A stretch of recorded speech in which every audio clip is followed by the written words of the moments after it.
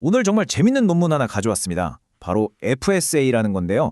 이게 뭐냐면 AI한테 인간처럼 집중하는 법을 가르친 아주 획기적인 연구예요. 정보가 막 쏟아지는 상황에서 진짜 중요한 것만 딱 골라내는 능력, AI가 이걸 어떻게 배우게 됐는지 그 비밀을 한번 파헤쳐 보겠습니다. 자, 여러분 한번 생각해 보세요. 요즘 AI 정말 뭐든지 다 할 것 같잖아요. 그런데 사실 AI한테 소설책 한 권을 통째로 읽고 내용을 파악해봐, 혹은 엄청나게 긴 코드 뭉치를 분석해봐, 이렇게 시키면요, 생각보다 엄청 힘들어해요. 아니, 도대체 왜 그럴까요? 똑똑한 AI가 말이죠. 네, 정답은 간단합니다. 바로 정보 과부하 때문이에요. AI는요, 안타깝게도 모든 단어, 모든 문장을 다 똑같이 중요하다고 생각하고 기억하려고 해요. 그러니까 글이 길어지면 길어질수록 말 그대로 정보의 바다에 빠져서 허우적대는 거죠. 자, 그런데 여기서 만약에 AI가 이 정보의 홍수 속에서 스스로 이건 중요하네? 이건 그냥 넘어가도 되겠다. 이렇게 골라내고 집중할 수 있게 된다면 어떨까요? 네, 바로 이 생각에서 모든 혁신이 시작된 겁니다. 좋습니다. 그럼 이제 문제의 핵심으로 들어가 보죠. 바로 AI의 메모리 과부하 문제입니다. 도대체 AI의 머릿속에서는 무슨 일이 벌어지고 있는 건지 그 기술적인 병목 현상을 조금 더 깊게 들여다보겠습니다. 대규모 언어 모델, 그러니까 LLM 안에는요, KB 캐시라는 게 있어요. 이걸 뭐 사람으로 치면 단기 기억 같은 거라고 생각하시면 쉬워요. 글을 읽으면서 이 단어는 이런 뜻이었지, 이 문맥은 이랬지 하고 잠깐 저장해두는 메모장 같은 거죠. 근데 문제는요, 이 메모장이 무한정 크지가 않다는 거예요. 그리고 진짜 더 큰 문제는 따로 있습니다.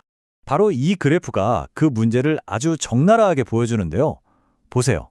글이 길어지면 길어질수록 AI가 다음 단어를 뱉어내기 위해서 그 단기 기억, 그러니까 KV 캐시 전체를 훑어봐야 하거든요. 이 시간이 바로 디코딩 지연 시간인데 이게 정말 미친 듯이 늘어나는 거예요. 이 파란색 막대 보이시죠? 전체 작업 시간에서 이 디코딩에 차지하는 비중이 어마어마합니다. 이게 바로 AI가 긴 글만 보면 버벅거렸던 진짜 이유, 기술적인 한계였던 거죠. 물론 똑똑한 연구자들이 이 문제를 그냥 보고만 있진 않았겠죠. 여러 가지 해결책을 시도해 봤는데 솔직히 말해서 예전 방법들은 좀 투박했어요. 한계도 명확했고요. 어떤 것들이 있었는지 한번 살펴보시죠. 기존 방법들은 크게 두 가지였어요. 첫 번째가 정적 전략인데 이건 아주 단순해요. 에이, 중요한 건 보통 맨 앞이나 맨 뒤에 있겠지? 하고 그냥 처음 몇 개, 끝 몇 개만 남기고 중간에 싹 날려버리는 거예요. 당연히 중간에 핵심 내용이 있으면 놓치겠죠. 그 다음 나온 게 좀 더 나은 휴리스틱 전략인데 이것도 문제가 있었어요. 대화하다 보면 갑자기 예전 단어가 중요해질 때가 있잖아요. 그런 변화를 잘 못 따라잡았어요. 비유하자면 시끄러운 라디오 여러 개 중에서 중요한 방송을 들어야 하는데 그냥 아무거나 몇 개 꺼버리는 거랑 비슷해요. 운 나쁘면 내가 꼭 들어야 하는 그 방송이 꺼져버리는 거죠.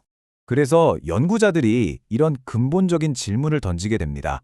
아니, 매번 이렇게 비싼 돈 들여서 모델을 다시 훈련시킬 수도 없고 그냥 모델 스스로 지금 이 순간 뭐가 중요한지 똑똑하게 알아챌 방법은 없을까? 바로 이 질문. 이게 바로 오늘 우리가 이야기하는 FASA의 시작이었습니다.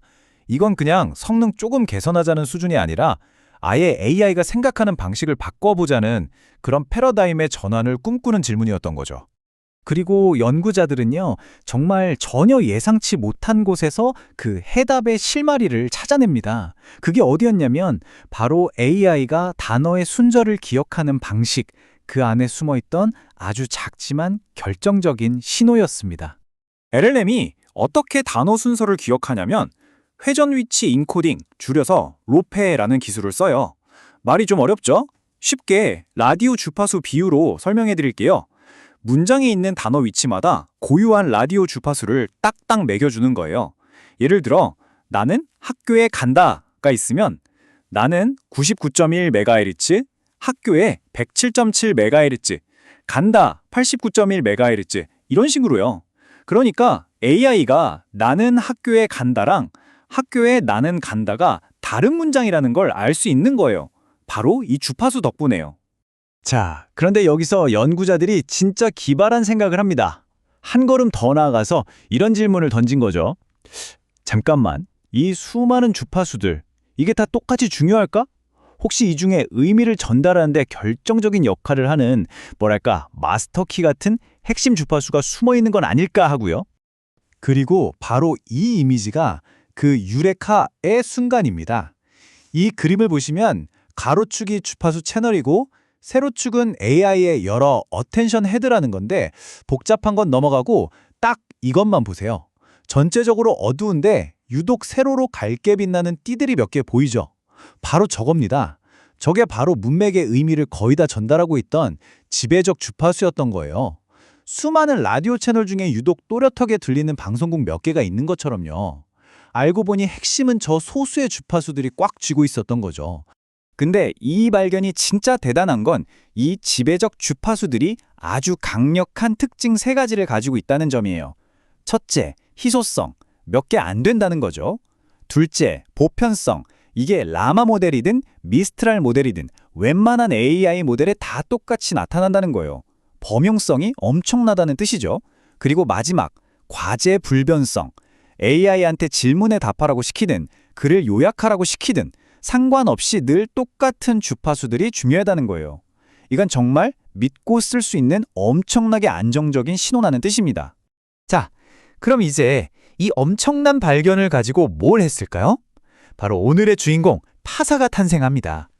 파사는 이 지배적 주파수라는 비밀 신호를 이용해서 중요한 정보만 쏙쏙 골라내는 말 그대로 스마트 튜너 같은 역할을 하는 녀석입니다. 파사가 작동하는 방식은 정말 똑똑해요. 딱 2단계로 나뉘었는데 힘을 쓸 곳과 뺄 곳을 기가 막히게 압니다. 첫 번째, 예측 단계.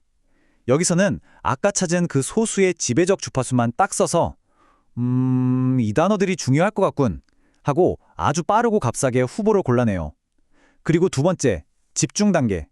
여기서는 그렇게 뽑힌 소수의 핵심 정예 멤버들한테만 모든 계산 능력을 쏟아부어서 아주 정밀하게 분석하는 거죠. 그러니까 전부 다 훑어보는 멍청한 짓은 안 하고 될성 부른 떡잎만 골라서 집중적으로 케어하는 겁니다. 이 그림이 FSA의 전체 작동 방식을 잘 보여주는데요. 왼쪽부터 보시면 먼저 오프라인 보정이라는 걸 딱 한 번 해요. 미리 우리 모델에서 중요한 주파수가 뭔지 찾아놓는 거죠. 숙제처럼요. 그리고 나서 실제로 AI가 일을 할 때는 그 정보를 바탕으로 예측 단계에서 중요한 단어 후보들을 뽑고 집중 단계에서 그 뽑힌 애들한테만 집중해서 다음 말을 만들어내는 겁니다. 이게 바로 FSA가 똑똑하게 일하는 비결의 전부입니다. 자, 이론은 이제 충분히 들은 것 같고 그래서 결과가 어땠냐? 이게 제일 중요하겠죠? 과연 이 파사라는 방법 실제로 얼마나 효과가 있었을까요? 결론부터 말씀드리면 성능이 정말 미쳤습니다. 이 표를 한번 보세요. 긴 글을 얼마나 잘 이해하는지 테스트한 점수인데요. 맨 위에 FKB라고 되어 있는 게 원래 모델, 그러니까 모든 정보를 100%다 썼을 때 점수예요. 48.7점이죠. 그런데 FASA는요. 정보의 아주 일부만 썼는데도 48.2점이 나왔습니다. 와, 거의 똑같죠? 성능 손실이 거의 없다고 봐도 되는 수준이에요. 이게 얼마나 대단한 거냐면요. 수만 개가 넘는 단어 중에서 딱 256개, 진짜 핵심만 기억하고도 원래 모델 성능의 99%를 따라갔다는 거예요.